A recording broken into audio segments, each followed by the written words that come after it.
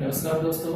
कल आपने पढ़ा प्रेजेंट टेंस में एक्टिव वॉइस में क्या हो, तो हम पैसिव वॉइस में प्रेजेंट टेंस में क्या करेंगे ये हमने सीखा। आज हम पास्ट टेंस पढ़ने वाले हैं। यानी एक्टिव वॉइस यदि पास्ट टेंस में दी गई है तो हम पैसिव वॉइस में किस तरह से उसमें चेंज करेंगे। तो हमें ये पता होना चाहिए कि उसमें पास्ट टेंस है या नहीं है। तो उसकी पहचान क्या है, देखिए पहचान के लिए मेन वर्ब है, उसकी सेकंड फॉर्म वहाँ होगी। कौन सी फॉर्म होगी? मेन वर्ब की सेकंड फॉर्म वहाँ पे होगी। और सेकंड फॉर्म पता लगाने के लिए हम उसमें ईडी, टी या टी लगा हुआ देख सकते हैं मेन वर्ब में। तो ये हम पता लगा सकते हैं कि उसमें सेकंड फॉर्म है, तो हम तकरीबन वहाँ तक पहुँच जाएंगे सेकंड फॉर्म तक। और दूसरी कंडीशन क्या है कि वहाँ पे डिड का यूज होगा, और डिड का यूज है पास्ट सिंपल में, तो उसके साथ क्या होगा, वहाँ पे थोड़ा सा चेंज है, मेन वर्ब की फर्स्ट फॉर्म का वहाँ पे यूज होगा। तो ये हमें पता होना चाहिए कि इस तरह से हम पहचान कर सकते हैं कि एक्टिव वॉइस में पास्ट टेंस दिया गया है। तो हमें करना क्या है, थोड़ा सा हम आंसर के और भी पास पहुँच सकते हैं कि वहाँ पे ऑप्शन में यदि वाज वर्ब वाला ऑप्शन दिया गया है तो वहाँ तक हम पहुँच जाएंगे, तो तकरीबन सही होने के चांसेस वो हो जाते हैं। लेकिन सही तरीके से हम पढ़े तो हमारा बिल्कुल भी गलत नहीं होगा। तो शुरू करते हैं, हम एक सेंटेंस ले लेते हैं। जैसे सेंटेंस मान लीजिए, ही हेल्प्ड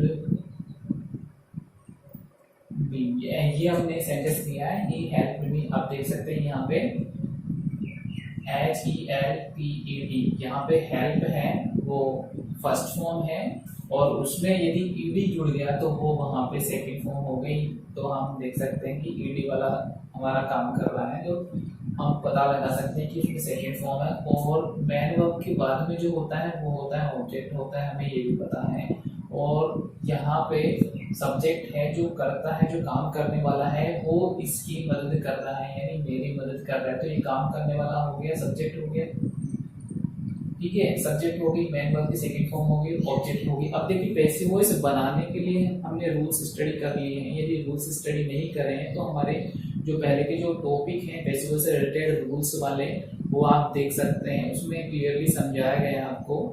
तो यहाँ पे देखिए सबसे पहले हमें क्या करना होता है, एक्टिव वॉइस में जो ऑब्जेक्ट है उसको पैसिव वॉइस में क्या बना देंगे, तो उसको हम सब्जेक्ट बना देंगे।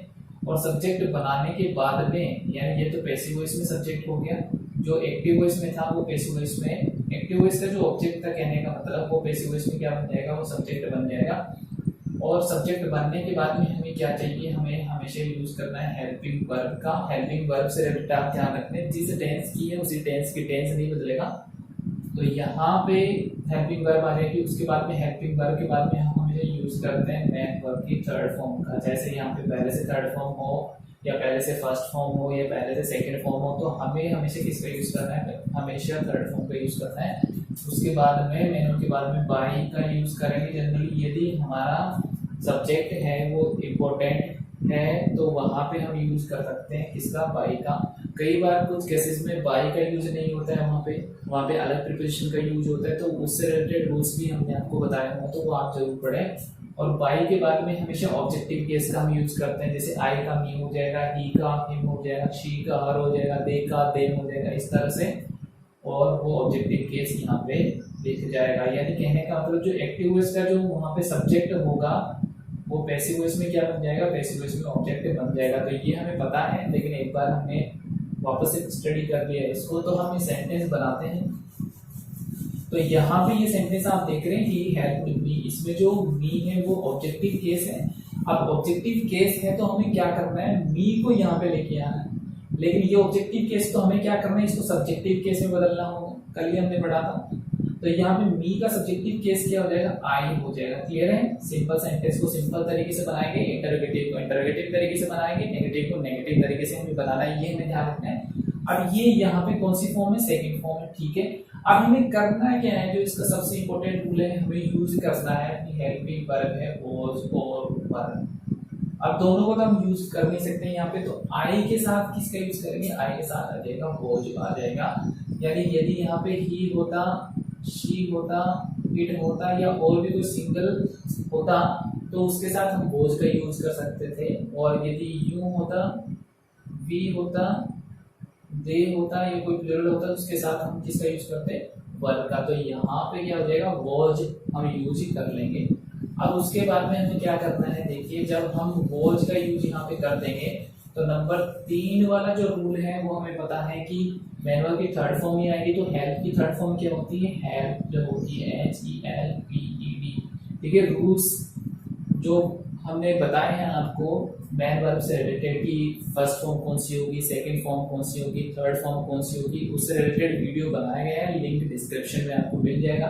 तो ये हो जाएगा आई वॉज हेल्प्ड। ठीक है, क्लियर है। अब ये अपना इंपॉर्टेंट सब्जेक्ट है तो यहाँ पे हम यूज कर लेंगे बाय प्रीपोजिशन का यूज कर लेंगे, और उसके बाद में ये यहाँ पे सब्जेक्टिव केस है, इसका ऑब्जेक्टिव केस हमें लाना है, तो ये हो जाएगा हिम हो जाएगा। इस तरह से सेंटेंस क्लियर हो जाएगा। तो अपना ये ऑप्शन यदि एग्जाम में दिया गया तो I was helped by him, ये बिल्कुल करेक्ट हो जाएगा। अब दूसरा सेंटेंस हम देख लेते हैं, जैसे she did not eat mangoes. She did not eat mangoes, उसने आम नहीं खाए। अब देखिए यहाँ पे ये है डिड नॉट है, ठीक है। अब डिड नॉट है यानी सेंटेंस है नेगेटिव सेंटेंस है। अब देखिए डिड है, डिड के साथ में यहाँ पे जो ईट का यूज हुआ है जो मैन वर्ब की फर्स्ट फॉर्म है, क्योंकि डिड के साथ हम यूज करते हैं मैन वर्ब की फर्स्ट फॉर्म, ठीक है। लेकिन आपको ये भी पता होना चाहिए यदि डू होता या डज होता तो उनके साथ भी मैन वर्ब की कौन सी फॉर्म होती, वहां भी फर्स्ट फॉर्म ही होती, ये आपको ध्यान रखना है। अब हमें क्या करना है, नेगेटिव को नेगेटिव तरीके से बनाना है। तो यहाँ पे ये है, ये सब्जेक्ट है, क्लियर है, ये हेल्पिंग वर्ब है, ये नेगेटिव बना दिया, ये मैन वर्ब की फर्स्ट फॉर्म है, और ये क्या उसने क्या खाए, तो ये यहाँ पे व्हाट का आंसर है कि मैंगोज उसने खाए। अब मैंगोज को ये यहाँ पे ऑब्जेक्ट है, मैन वर्ब के बाद में आ रहा है, तो इसको हम लिखेंगे शुरू में, तो ये हो जाएगा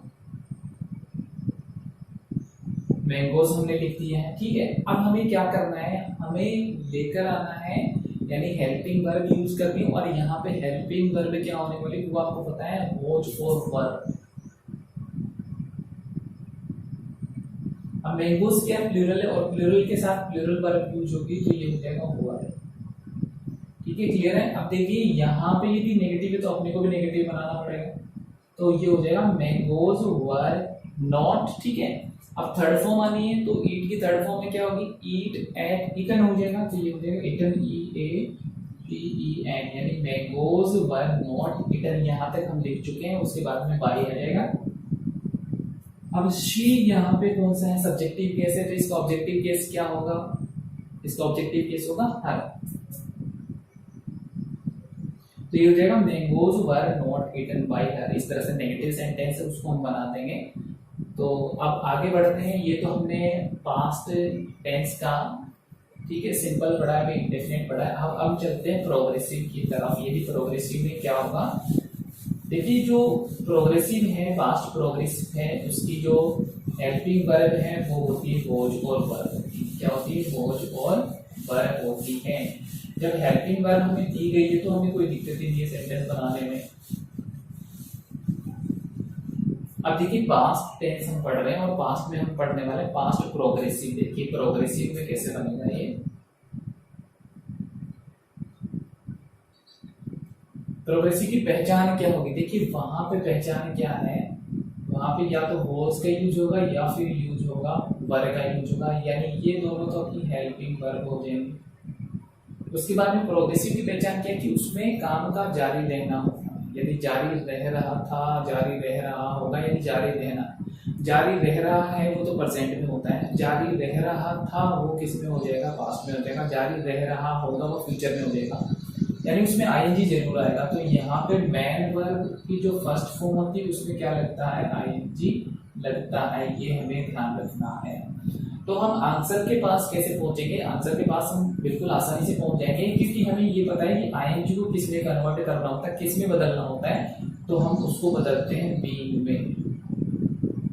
तो बीइंग वाला ऑप्शन है उसके पास पहुंचेंगे तो सही होने के चांसेस ज्यादा हो जाएंगे। तो अब हम इनको अच्छी तरह से स्टडी करते हैं, तो उसके लिए हम एग्जांपल ले लेते हैं। एग्जांपल है जैसे they were playing football they were playing football, वे फुटबॉल खेल रहे थे, यानी काम तो पास्ट में जारी था, वो खेलने का काम जारी था, खेल रहे थे वो। अब देखिए खेलने का काम कौन कर रहा है, तो ये दे यहाँ पे सब्जेक्ट है 1 नंबर पे, ठीक है। ये यहाँ पे 2 नंबर पे क्या है, हेल्पिंग वर्ब है, ठीक है। 3 नंबर पे क्या है, मैन वर्ब है, और मैन वर्ब में क्या लगा हुआ है, आईएनजी लगा हुआ है। और मैन वर्ब के बाद में क्या मिलेगा अपने को, ऑब्जेक्ट मिलेगा। तो ऑब्जेक्ट है या नहीं है, देखिए खेल रहे थे, क्या खेल रहे थे, तो यहाँ पे आंसर आता है कि फुटबॉल खेल रहे थे, तो यहाँ पे ये वर्ड का आंसर है और ये है अपना ऑब्जेक्ट है, ठीक है। हमें क्या करना है, उस ऑब्जेक्ट को सबसे पहले लिखना है, तो यहाँ पे हम लिख देंगे फुटबॉल। क्लियर है, फुटबॉल लिख दिया, 1 नंबर पे आ गया फुटबॉल। अब 2 नंबर पे क्या चाहिए, हेल्पिंग वर्ब चाहिए, और हेल्पिंग वर्ब यदि पहले से दी गई है पेयर में, यानी वॉज और वर यहाँ पे दिया गया है, तो हम यहाँ पे यूज कर लेंगे फुटबॉल के सिंगुलर, तो हम यूज कर लेंगे वॉज, फुटबॉल वॉज। अब देखिए आईएनजी है, आईएनजी को हम किस में कन्वर्ट करेंगे, बीइंग में, तो यहाँ पे क्या हो जाएगा, बीइंग हो जाएगा। क्लियर है, फुटबॉल वॉज बीइंग, ठीक है, इतना काम हो गया। अब हमें क्या चाहिए, थर्ड फॉर्म, थर्ड फॉर्म चाहिए, और प्ले की थर्ड फॉर्म क्या है, देखिए PLAYED प्ले, ये होगी थर्ड फॉर्म, यानी फुटबॉल वॉज बीइंग प्लेड, ठीक है। इतना भी कर सकते हैं, दे को कई बार हम अनइम्पोर्टेंट सब्जेक्ट में काउंट करते हैं, तो वहां पे लिखते भी नहीं है, लेकिन आप लिख सकते हैं। तो यहाँ पे बाय लगाकर हम देम लिख देंगे, बाय देम, तो ये सेंटेंस अपना कंप्लीट हो जाएगा, football was being played by them. तो इसमें अर्थ तो सेम होता नहीं, तो ये प्रोग्रेसिव में हम इस तरह से कन्वर्ट करते हैं। एक सेंटेंस और ले लेते हैं प्रोग्रेसिव में, जैसे Monu was writing, Monu was writing an application. ये सेंटेंस है कि Monu was writing an application, यानी मोनू क्या लिख रहा था, एप्लीकेशन लिख रहा था। तो ये यहाँ पे सीधा सा अपना क्या निकल के आ गया, ऑब्जेक्ट निकल के आ गया। राइटिंग क्या है, मैन वर्ब है, और मैन वर्ब में आईएनजी लगा हुआ है। ये वॉज क्या है, यहाँ पे हेल्पिंग वर्ब है, और ये मोनू यहाँ पे क्या है, सब्जेक्ट है। तो हमें क्या करना है, सबसे पहले जो ऑब्जेक्ट है उसको लेके आना है, तो यहाँ पे हो जाएगा एन एप्लीकेशन, ठीक है। अब ये सिंगुलर है, तो सिंगुलर के लिए हम यूज कर लेंगे वॉज का, आईएनजी को बीइंग में कन्वर्ट कर देंगे, तो बीइंग में बदल देंगे BEING। अब थर्ड फॉर्म है राइट की, थर्ड फॉर्म क्या होगी, देखिए राइट रोट रिटर्न होती है, रिटर्न हो जाएगा। उसके बाद में क्या करना है, बाय मोनो लिखना है, देखो क्या लिखना है, बाय मोनो। इस तरह से ये कंप्लीट हो जाएगा अपना पास्ट प्रोग्रेसिव। अब पास्ट परफेक्ट की तरफ बढ़ते हैं। देखिए पास्ट परफेक्ट में क्या होता है, देखिए परफेक्ट का मतलब होता है पूर्ण, जहां पे काम पूरा हो जाता है। यदि हो जाता है इसका मतलब वो प्रेजेंट में है, हो चुका था इसका मतलब वो किस में है, पास्ट में है, और हो चुका होगा इसका मतलब वो किस में है, फ्यूचर में है। अब फ्यूचर में है, तो अभी हम फ्यूचर तो पढ़ नहीं रहे, यहाँ पे हम पास्ट परफेक्ट पढ़ रहे हैं। इसका मतलब हमें पास्ट से रिलेटेड की इंफॉर्मेशन चाहिए, और वो इंफॉर्मेशन क्या होगी, देखिए यहाँ पे हम पढ़ लेते हैं परफेक्ट को, पास्ट परफेक्ट, पास्ट परफेक्ट। तो यहाँ पे हम पता लगा लेते हैं, यानी यहाँ पे जो हेल्पिंग वर्ब होगी वो होगी है, यानी ये अपनी क्या होगी, हेल्पिंग वर्ब होगी, ठीक है।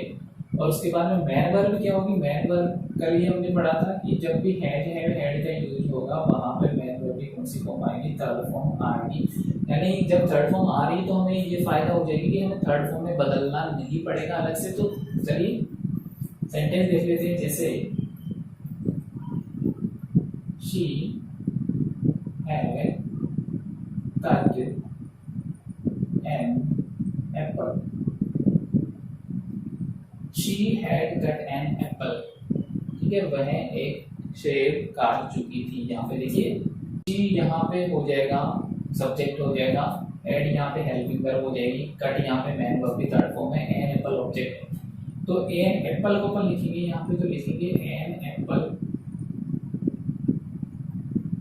अब हेड है वो सिंगुलर के साथ भी सेम रहता है और प्लूरल के साथ भी सेम ही रहता है। तो यहाँ पे सिंगुलर हो जैसे प्लूरल हो, ये यहाँ पे ऑब्जेक्ट था, ये यहाँ पे सब्जेक्ट बन चुका है, तो यहाँ पे हम लगा देंगे हैव।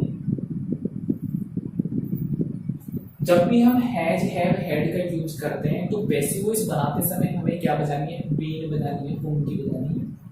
तो an apple had been, an apple had been. अब हमें थर्ड फॉर्म लेके आएंगे, और थर्ड फॉर्म आप सोच रहे हैं कि थर्ड फॉर्म क्या होगी, थर्ड फॉर्म पहले से ही होती है इनके साथ, हैज, हैव, हैड के साथ। तो ये जो यहाँ पे लिखी हुई है ना थर्ड फॉर्म, हेल्पिंग वर्ब के बाद में उसको वैसे कर सकते, तो ये हो जाएगा cut. An apple had been cut हो गया, यहाँ पे क्लियर है। अब यहाँ पे लगाएंगे बाय, और यहाँ पे शी लिखा हुआ है तो सी को ऑब्जेक्टिव केस लेके आएंगे हर, यानी an apple had been cut by her. अब तो चेंज होने वाली, अब इसको नेगेटिव में लेके चलते हैं।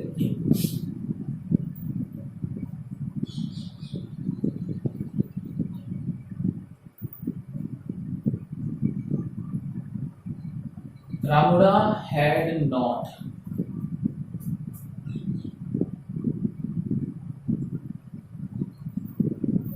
driven a car, driven a car। Ramura had not driven a car, यहाँ पे है, यहाँ पे ये है रामुड़ा है जो सब्जेक्ट है अपना, हैड यहाँ पे क्या है, हेल्पिंग वर्ब है, ये नॉट नेगेटिव सेंटेंस हो गया, और ये हो गई थर्ड फॉर्म हो गई, और ये है कार, एक गाड़ी जो ऑब्जेक्ट है। तो ऑब्जेक्ट को हम लेके आएंगे तो इधर लिखेंगे एक कार। हेड सिंगुलर के साथ भी वैसा रहेगा, प्लूरल के साथ भी, तो यहाँ पे हेड लिख देंगे अपन, ठीक है। अब यहाँ पे नोट लगाएंगे नेगेटिव के लिए, बिल्कुल सही है, लेकिन ये यहाँ पे यदि आपको दिखे हेड दिखे तो उसकी क्या बतानी है, होंगी बतानी है, तो यहाँ पे हो जाएगा बी में बता कर रहे हैं, बीन जैसे अलग मतलब होता है बीन का, यहाँ पे हैड नॉट बीन हो जाएगा, ठीक है। A car had not been. अब यहाँ पे थर्ड फॉर्म है driven, a car had not been driven by Ramuda, by Ramuda. इस तरह से हम सेंटेंस फ्रेम कर सकते हैं। अब नेक्स्ट जो वीडियो होगा उसमें हम स्टडी करेंगे इंटरोगेटिव सेंटेंस की, और अभी फ्यूचर बच गया तो फ्यूचर के बारे में हम स्टडी करेंगे।